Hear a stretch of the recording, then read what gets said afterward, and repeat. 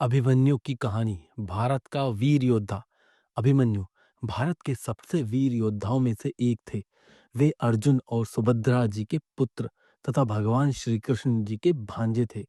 उनकी वीरता, बलिदान, युद्ध कौशल की गाथा महाभारत के युद्ध में अमर हो गई। अभिमन्यु का जन्म और शिक्षा। अभिमन्यु का जन्म द्वारका में हुआ था। वे बचपन से ही बहुत तेजस्वी और पराक्रमी थे। जब वे अपनी माता सुभद्रा के गर्भ में थे, तब अर्जुन ने उन्हें चक्रव्यूह तोड़ने की कला सिखानी शुरू की। लेकिन जब अर्जुन बता रहे थे कि चक्रव्यूह से बाहर कैसे निकला जाए, तभी सुभद्रा की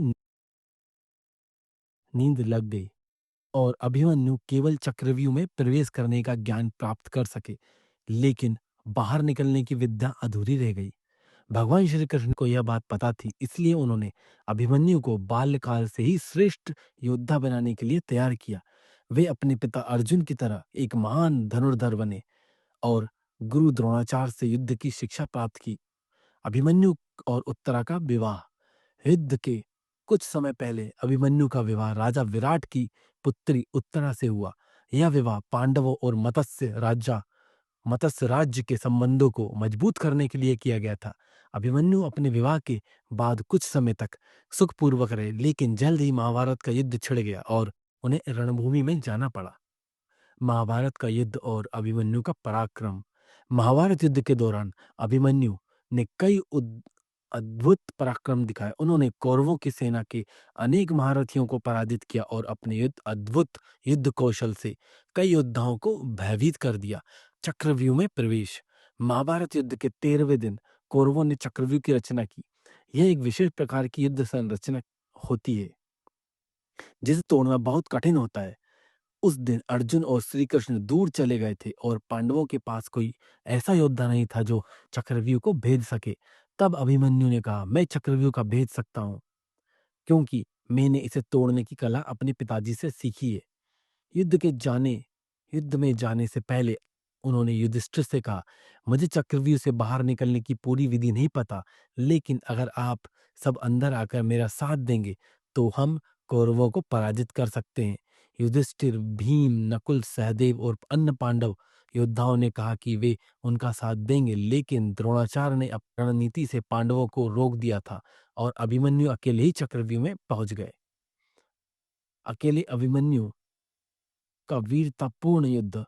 चक्रव्यूह के अंदर अभिमन्यु ने एक सच्चे वीर की तरह युद्ध किया। उन्होंने दुर्योधन के पुत्र को परास्त किया और कौरवों की सेना में हलचल मचा दी। वे अकेले ही कौरवों के महारथियों से लड़ रहे थे। कौरवों की कायरता और अभिमन्यु का बलिदान। अभिमन्यु के पराक्रम को देख द्रोणाचार्य और कर्ण, दुर्योधन, अश्वत्थामा, कृतवर्मा और अन्य योद्धा उन्हें घेर कर लड़ने लगे। यह धर्म के विरुद्ध था, क्योंकि युद्ध में एक योद्धा को अकेले घेर कर नहीं मारा जाता। जब अभिमन्यु के धनुष को काट दिया गया तो उन्होंने तलवार उठाई। जब तलवार टूट गई तो वे गदा लेकर लड़ने लगे।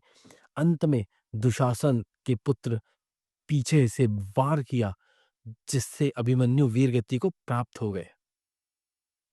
अभिमन्यु की मृत्यु से पांडव अत्यंत क्रोधित हुए। विशेष रूप से अर्जुन अपने पुत्र की मृत्यु से व्याकुल हो गए और प्रतिज्ञा ली कि अगले दिन वे जयद्रथ का वध करेंगे, क्योंकि जयद्रथ ने पांडवों को चक्रव्यूह में घुसने से रोका था। अगले दिन अर्जुन ने अपनी प्रतिज्ञा पूरी की और जयद्रथ का वध कर दिया। अभिमन्यु की पत्नी उत्तरा गर्भवती थी और उनके गर्भ में अभिमन्यु का पुत्र परीक्षित था। युद्ध समाप्त होते युद्ध समाप्त होने के बाद अश्वत्थामा ने ब्रह्मास्त्र चलाकर उत्तरा के गर्भ में पल रहे परीक्षित को मारने का प्रयास किया, लेकिन श्री कृष्ण ने अपने दिव्य शक्ति से परीक्षित को बचा लिया। परीक्षित आगे चलकर कुरुवंश के एक महान राजा बने और उनके वंश में राजा राजा जन्मेजय हुए। अभिमन्यु की कहानी हमें सिखाती है कि वीरता केवल शक्ति में नहीं होती, बल्कि साहस, आत्मबल में भी होती है। उन्होंने अकेले ही अधर्म के विरुद्ध संघर्ष किया और अमर हो गए।